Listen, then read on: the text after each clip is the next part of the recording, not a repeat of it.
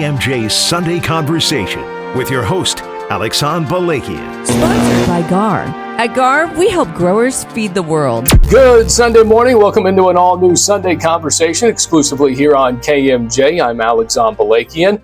A quick reminder here, Sunday Conversation is podcasted around the world. So we podcast wherever you podcast, and we're also on YouTube right there at KMJ Sunday Conversation. You can see everything going on in studio. All right, today's show, somewhat of a very somber one. This week has really been an absolute gut punch.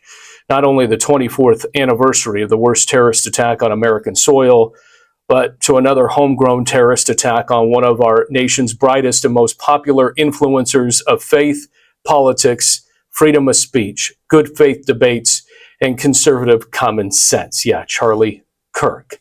You know, my guests today, a couple of them, we were going to talk about the Garnett Fire and a little bit of a remembrance of 9/11, but we're going to start with Charlie Kirk, my guest, Fresno County Supervisor, 12th District State Senate candidate, Nathan Magsig. Welcome into studio. Alexandre, thank you for having me. I always enjoy coming in and having a good conversation with you. Well, you know, conversations have typically turned violent. That's what we've been seeing. Charlie Kirk, dead. One gunshot to the throat. When I saw it, I'm still trying to process it. It's stunning. What's going through your head? You know, it's absolutely stunning. When the reports first came out, the reports I heard was that someone had fired shots. There was no information on if Charlie Kirk had been hit or anyone in the audience. And then literally minutes later, it was Charlie had been hit and he had been taken to the hospital. And so for about 2 hours, I was on pins and needles wondering, you know, I hadn't seen any of the video, but where had he been shot? Was he going to survive? He's got 2 little kids. And then, of course, early in the afternoon, we got reports that Charlie had passed. So I am still stunned, you know, and this is something that happened a few days ago, and still stunned from that event. Thinking about those kids. For me, this is a little bit personal because I lost my father tragically in an accident when I was a teenager. Now, it wasn't to violence. It was a plane crash. But knowing that I had heard and spoken to my father that morning, and then I would never get to speak to him again. My mind raced back to 1998 when I lost my father. And I'm thinking about these kids. I believe one is about 1 year old and the other one is a few years older than that. So very young kids who will never be able to speak to their father ever again. And it absolutely breaks my heart. We have come to a point in our country where some people view opinions as being too violent for them. And it blows me away because I never thought we would get to the point where people are taking up arms and choosing to take down individuals that they don't agree with. We need to open up our minds. We need to have the ability to debate with one another. We need to have the ability to agree to disagree. And I almost feel like we have lost the ability to do that. And I spoke about this at a press conference this last week, that our founding fathers had it right. They said that our country is one which is fragile, and the threats that we need to worry about aren't from outside our country, they're from within. And we really need to take some time, have some introspection, and really remember that we are Americans first. We do have our differences, but we need to look at each other as human beings, right, and not as individuals that we have differences with. You know, I'm wondering, and again, I've been hearing a lot of the talking heads, some that have gotten it completely wrong, some have been fired. I'm going to talk more about that later in the show. But obviously, some have compared this to, you know, an assassination from Martin Luther King Jr., Robert Kennedy. They are using and classifying this as one of those political assassinations. Now, Charlie Kirk wasn't an elected official, but he was an advocate. He was an activist, and he was probably one of the biggest political megaphones for the Republican Party.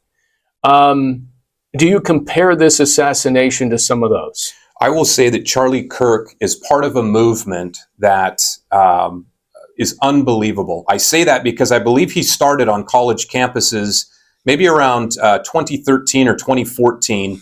And when he first started, he would speak to dozens of kids. Mm-hmm. And on his last speech that he gave in Utah, there were thousands of people that came out to listen to Charlie Kirk. And so he was part of a movement, and President Trump even credited the work that Charlie Kirk did on campuses. A lot of that work helped to get President Trump elected a second time. So he definitely has left a mark on the United States of America. He's left a mark on many hearts of young college students who are definitely impressionable. And Charlie was there to have a conversation. He was there to challenge people's opinions. Some people agreed with him, many did not. But he always welcomed those who didn't agree with him up to the microphone to speak first. And that's something that I really appreciate about Charlie Kirk. Yeah, it's admirable. It's courageous. And when you look at really the magnitude of this, I know a lot of the local leaders have called for civility. You guys, we're talking about this on a Sunday morning show, but later Sunday night, you guys are having what is a big prayer. Correct. A prayer vigil at New Covenant Community Church. And there are going to be elected officials that are Democrat, Republican, Independent, declined to state, just coming together. Because right now, as I've looked at what's going on social media right now, and there are different sides that are super angry, we need to lower the temperature. And so this prayer vigil is calling on people to come together, recognize that we are human beings, we are Americans first, we need to grieve together, and we need to recenter ourselves. A lot of people had said that it's President Trump's rhetoric that has led to a lot of this violence that we are seeing. I don't necessarily believe in that narration, but that's what's being said on some of these talking heads. What's the response? Hogwash is the response. And again, whether it's President Trump or another political leader or an ideology that someone doesn't agree with, nobody causes someone to take up arms and, in this case, assassinate someone else. We all have decisions. We all have choices that we get to make. We live in a country where we have liberty and freedom. Mm-hmm. But let's be clear. The person who's responsible for this is the assassin. And we cannot say that it's because of the rhetoric on the right or the left. We choose to respond to what we hear every day. And people need to calm down, take a deep breath, and just engage in dialogue. And it's okay to agree to disagree on topics, but to take up arms, to move to a position of being violent, to harm someone else, you have just lost the debate when you have to use violence to prove a point. So again, I am disgusted by what I've seen on social media, what a lot of people are saying. And again, we need to lower the temperature. I'm all about debate, all about different viewpoints. Let's talk about those things. Let's debate those things. Let's learn from each other. But to use violence to prove a point is never acceptable. Well, I originally brought you on because we were going to talk about one of the biggest wildfires that's hitting not only our area, but the state of California. So I do want to get to that. I would assume at this point, without looking at all the numbers, you can clarify for me, this is the biggest wildfire for California this summer. It's the Garnet Fire. It's ripped through the Sierra National Forest, somewhere close to 60,000 acres, give or take a little bit of acreage there. More than 2,600 firefighters battling this blaze. 1,000-year-old trees, some even as old as 3,000-year-old trees being threatened, sparked by lightning. And there's lots of controversy and politics surrounding this wildfire, including the online petition to terminate Dean Gould. He's the person who supervises the maintenance of the Sierra National Forest. So first of all, before we get to the Garnet update, did you sign this petition? Are you in favor of it? I've seen that petition. My position right now is when you're in the heat of battle, you don't want to take your focus off of anything other than accomplishing the mission. And the mission right now is to put this fire out. When it comes to assigning blame on how this fire got as big as it is, We can deal with that later, but I need to tell you right now, I am wholly focused on providing the resources, standing up, providing accurate information, making sure that people are protected to the fullest extent possible, and making sure that I reach out to state and federal officials if we need more resources to fight this fire. You're right, the Garnet Fire is, I believe it is the largest fire right now burning in the state at right around 60,000 acres. But to put this in perspective, the Creek Fire was about 380,000 acres when it burned. Now, that's not to say that the Garnet Fire is any less destructive, because it has chewed through a tremendous amount of material and our forest. And this really gets back to, we should not be seeing fires like this happening. Half of the forests are managed by the U.S. Forest Service and national parks. The other half are privately held in Fresno County. But yet there are environmental rules and regulations and lawsuits that come about when we try to clean our forests up. We need reform at the state level and federal level, saying that you cannot file these lawsuits, because when these lawsuits are filed and we're not able to clean up the forest, we get these huge fires that destroy everything, destroys habitat, animals, kills the bacteria in the soil, and leaves a wasteland. And so we need to bring our forests back into a healthy condition. We need to call a spade a spade. And a lot of these environmental groups that say that they're trying to protect the forest, they need to be called out. And really, they are the ones that are destroying the forest. So for me, my focus as a candidate for Senate is to do everything I can to bring our forests back into a healthy state, and also to point out what truly is causing these challenges. The men and women that work for the fire department, CAL FIRE, U.S. Forest Service, they're working their butts off to protect private properties out there, to protect infrastructure, and to get this fire out. So we need more resources. We need more mills. There's a whole host of things that we need to be doing to get our forests back into a healthy state. And just to capitalize on that a little bit, the supervision of everything that you've been talking about is by this gentleman, Dean Gould, who's been in that role for some time now. So I know you don't want to put blame and you don't want to take the focus off, but again, how much of what you just said is on his shoulders, on his back? I will say that Dean Gould, as the Sierra supervisor, is able to perform to the extent that he is given resources. So if Dean Gould is going to be judged, he should be judged based upon the resources that Congress gave to him.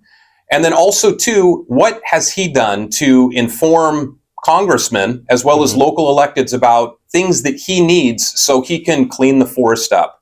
And so to me, the jury is still out in that regard. I talk to Dean Gould very regularly. I consider him a friend. I know there are a lot of people who are very frustrated with him. But when I call, he's sat down with me to do videos to explain different challenges that he has. The federal government has way too much land to manage.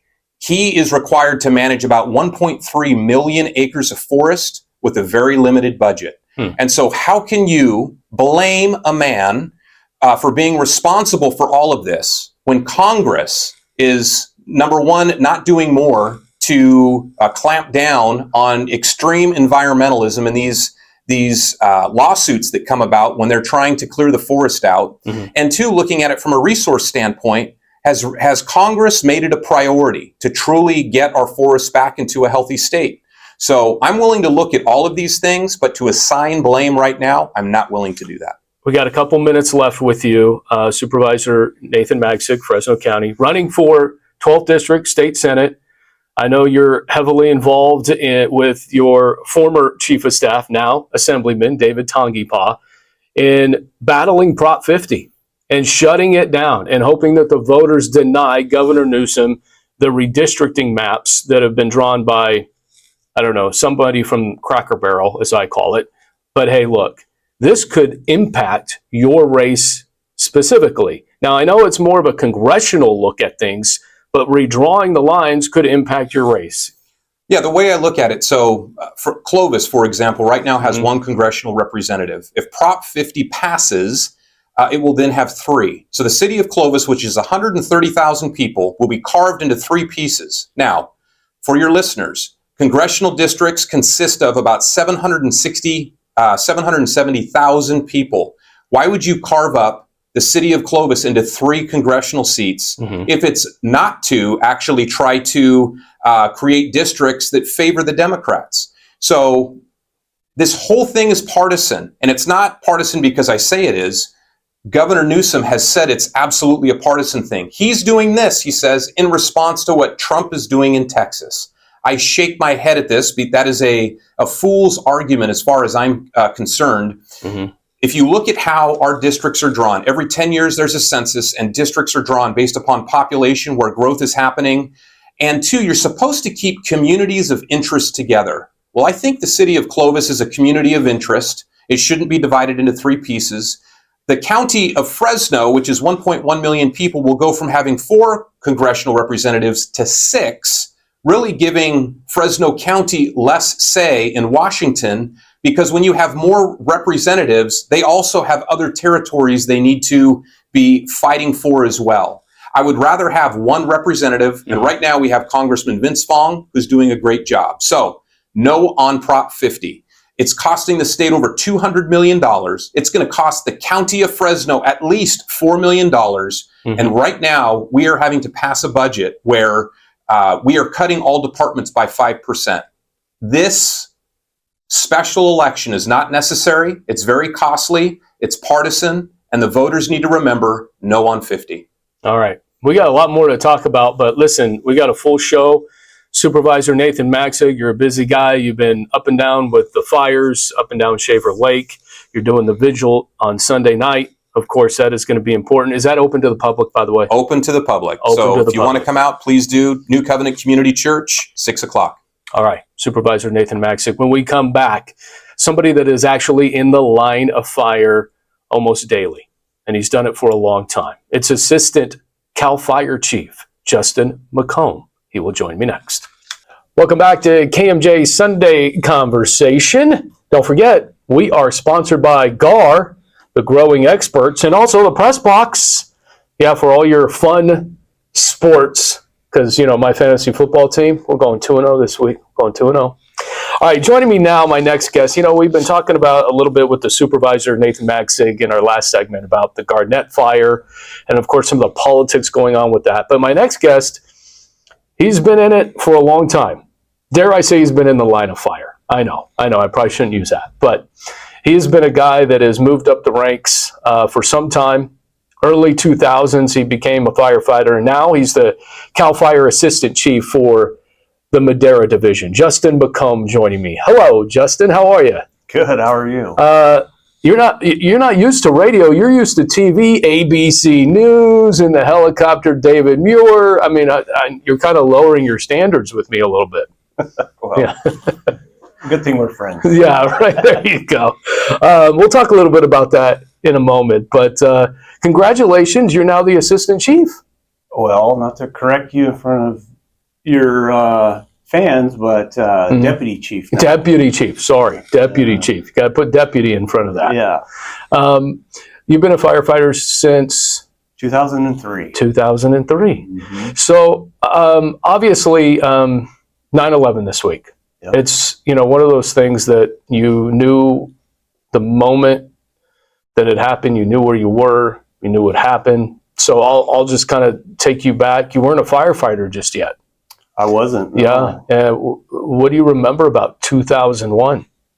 Well, I know at the time I was taking classes at Fresno City College, waiting to get into the fire academy, and my dad had called me that morning and told me that what had happened. He said, turn the news on. And, I was pretty young back then, and it was just complete shock and awe of what had happened. And, everybody just remembers the smoke coming out of the towers. And then, everybody was glued to their TVs for weeks, it seemed like. And just tragic, looking back. But did you know you were going to be a firefighter before then?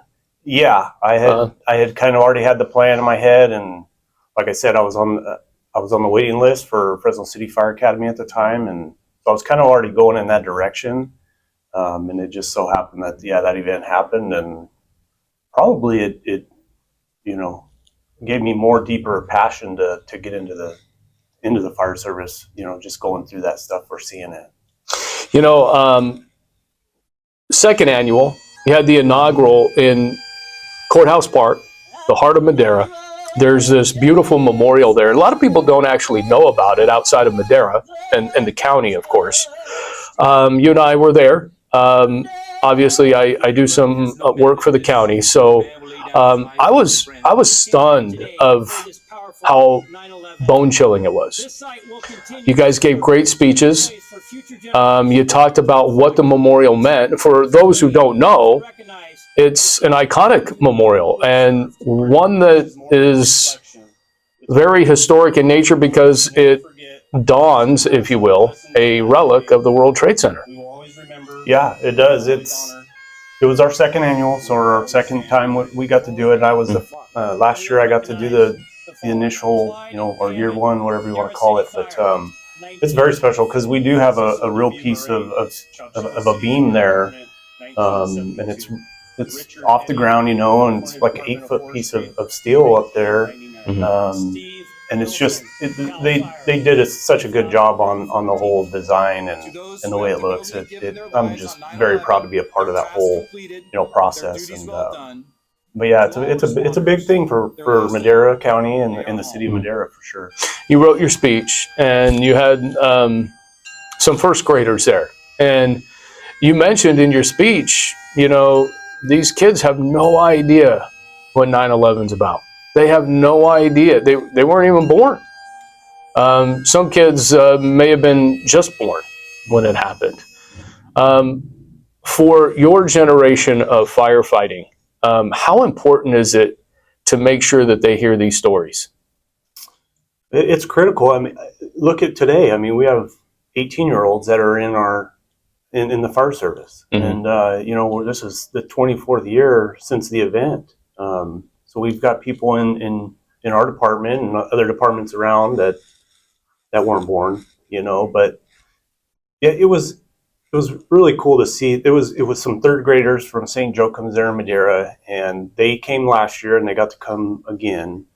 I'm just super thankful that the instructors and the teachers there at that school just enlightened them to what's going on. And what was cool is after the event today, one of the teachers came up and asked us to go and get more in depth with what the beam is, because they don't even know what the beam is, and letting them know that it's a piece of the World Trade Centers and the planes, because we have all the different airplanes engraved into the concrete at the memorial. And so we got a chance to talk to them about that and get a little bit more in depth with them, and it's a really good feeling. But it's I think a part of my speech was it's important for the younger generation to know and understand what had happened and to carry it on. How much do you carry that on your badge each and every day? How much do you think about? I know it's almost depressing to think about because it was one of the darkest days. Maybe it is the darkest day on American soil, no question. But how much do you wear that on your sleeve and your badge every time you go out and you're fighting a fire? It just reminds you of the dangers of the job and what can potentially happen. And not only 9/11, but just being in the fire service for 20-something years. I've had friends that have not made it, died in the line of duty. And, we've, with Cal Fire, most of our big events are wildland fires. And, we have fatalities, and it's always in the back of your mind. And unfortunately, it's a part of the job. But, you just think of those inherent risks and try to keep doing, the best for the public and who you protect.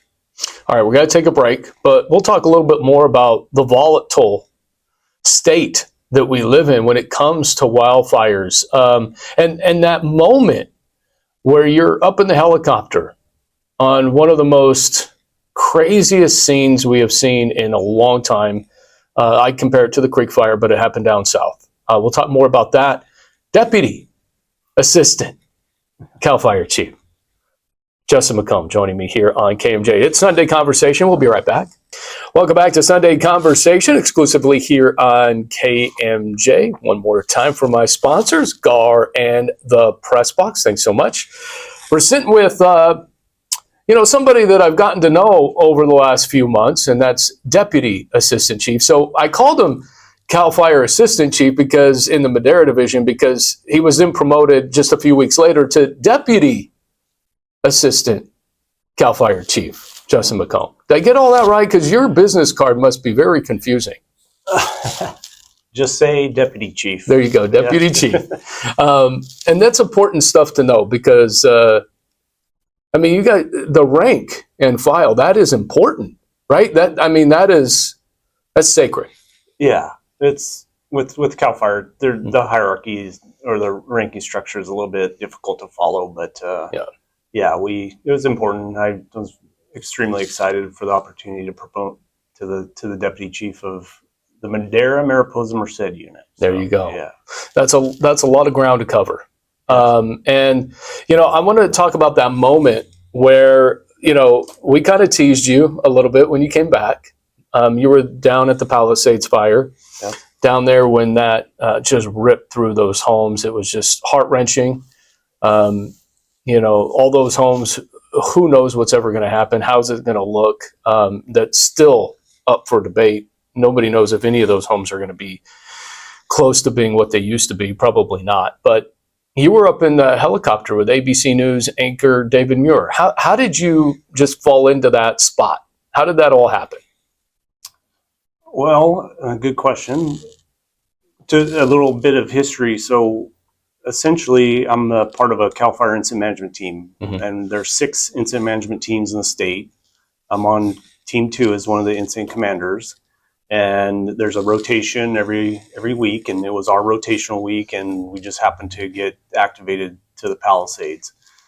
And I can't remember if it was, I think it was the second day of the incident that we were asked to do the flight, and to be honest, that was the first time that I got to see the destruction from the air myself, because when you're on the ground, you can't really see everything in totality, and just absolute devastation is all I can say. And really, I think when I landed from the helicopter flight, I just let everybody know kind of what I saw, and but just sad, complete devastation of that area.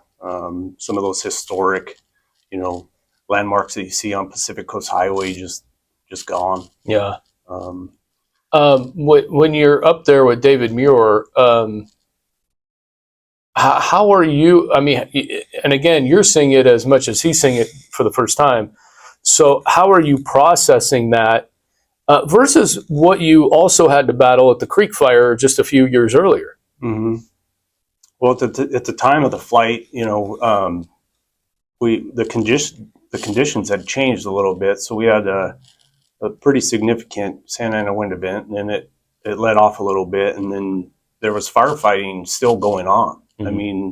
Most of those firefighters were fighting structure fires within the perimeter of the fire. Once the fire went through, we had truck companies and engines fighting commercial structure fires within the perimeter of the fire. And we had other communities that were at risk still happening at the same time. So there was a tremendous amount going on at the time. I think shortly after that, we did evacuate Brentwood and some of those other communities. But it just seeing it from the air was just a different perspective to me, and extremely proud of some of the heroics that I saw from the firefighters. I got there the night of when it started, and we had crews out there for 48, even more, 72 hours straight, because they just didn't want to leave. No sleep. Barely ate. Yep. Got water out of their cantina or whatever they had. I know people. When people walk past you, they say thank you. I understand that. But I don't think people really understand the rigors of this job and how heroic firefighters really are. I went down with you to do a prescribed burn along the 41, and I felt like my face was going to peel off. You do that on a regular, not you personally, but your team does that on a regular basis. You help organize those things, and that's the that's the nature of the job now. California has become so volatile. There is no wildfire season. There's no stop and start. It's all one thing. It's one big thing. How has it changed over the years?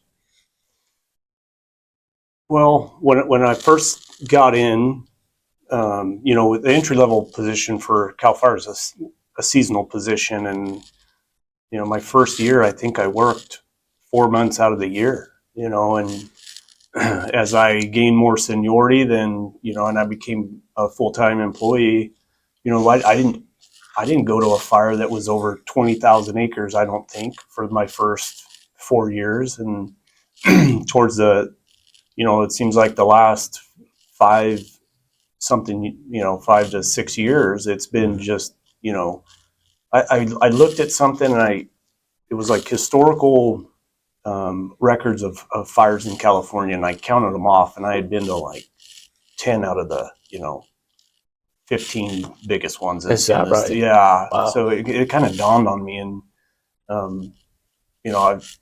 I probably wouldn't be sitting here with you now and doing my job if I didn't have that experience. But yeah, everything kind of just the last 5 to 6 years just changed. And, like you said, the Creek Fire, I remember going to the Rim Fire on the Stanislaus National Forest, and I just look back at that thinking that was just, the most dynamic fire that I'd ever seen. And then things change, a year later you get another, another big fire. But yeah, it's just, it's kind of the trend, unfortunately. I want to finish with this. We got about a minute left, because there was something that really big happened for the unit that you lead now. Yeah.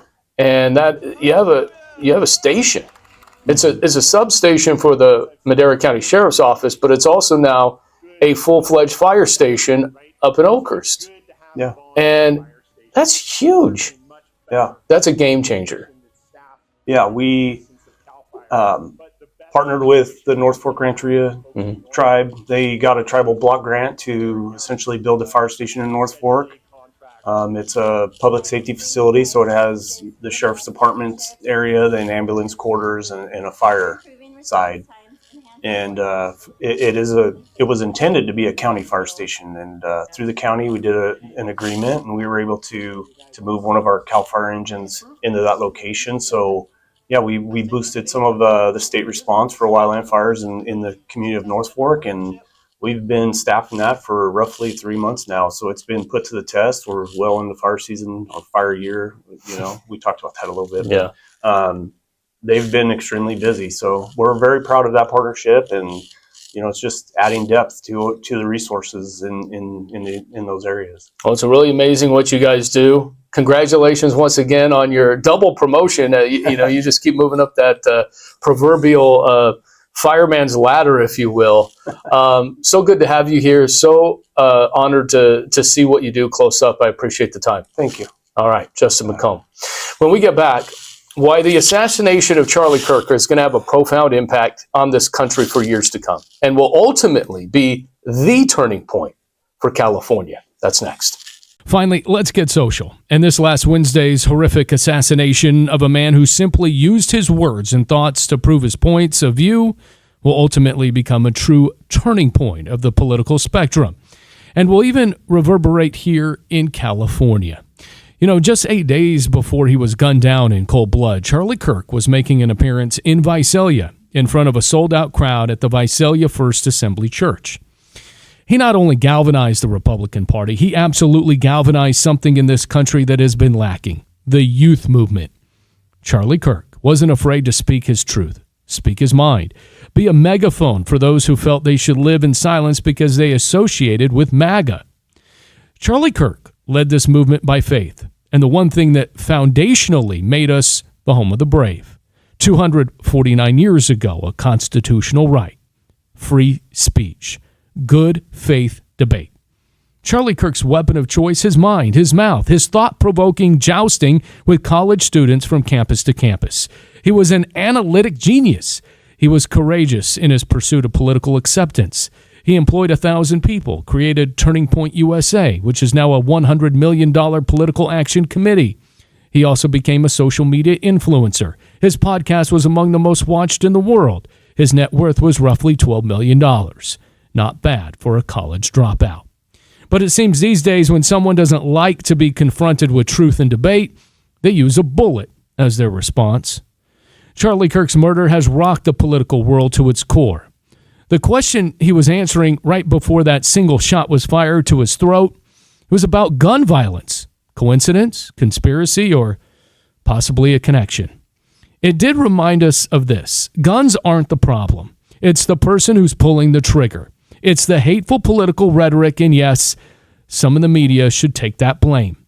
These so-called expert talking heads, they incite. That's not insight. It's incite rage with their own agendas to the audience that they're, trying to hone in. And their call to action, BS. Matthew Dowd was one of the toxic cancers in all of this. He was fired for his reckless and heinous comments just moments after Charlie Kirk was shot. And when House Speaker Mike Johnson called for a prayer for Charlie on the Capitol floor, Democrats shouted, no, no, no. Well, some of them did, showing their true colors of hate, insecurity, and jealousy that they couldn't connect with our next generation like Charlie did. Who was Governor Newsom's first guest on his podcast? It was Charlie Kirk. Newsom admitting his own son was one of Charlie's biggest fans. And Charlie got the best of Gavin in that old school conversation of morality and common sense. Even Newsom agreed with Kirk on trans athletes and fairness. It riled up Newsom's far left base. Charlie Kirk's murder on the eve of the 24th anniversary of our darkest day on American soil, the 9/11 attack, seems calculated in some ways. 24 years ago, we were living in fear of terrorists half a world away, hijacking our country. In the here and now, the enemy is within, hijacking our sense of security once again. Homegrown extremists who want to annihilate debate, conversation, truth, free speech, and the American way. Because Charlie Kirk's mind, his words, his presence was building a political empire. Charlie Kirk, at the age of 31, a father of 2 toddlers and his young wife, started to hear those murmurs of his presidential future. Sound familiar? A young Donald Trump was asked those same things numerous times. Charlie Kirk's killing, regardless of your political affiliation, illustrates the civil war that lives among us in this nation. Our moral compass is shattered. If we can't have a conversation with our neighbors, debate and disagree, then who are we? The murder of Charlie Kirk not only set us back and set back a movement, but it has eroded progress. Make no mistake about this. The 2026 election and then the 2028 one, this cowardly, senseless act of evil will be the turning point for the Golden State. Our young generation will not forget about Charlie Kirk. They will forge his vision ahead. Common sense, law and order, and Charlie Kirk's legacy will empower a generation of new politics, one rooted in thoughtful, respectful, and engaging debate. Some people are cheering this assassination. Some are saying the right things on social media, but probably thinking something else. Let me tell you this. That bullet didn't silence Charlie Kirk. It only put him on an even bigger loudspeaker. I dare you to prove me wrong. And that's my time. And that's Sunday Conversation.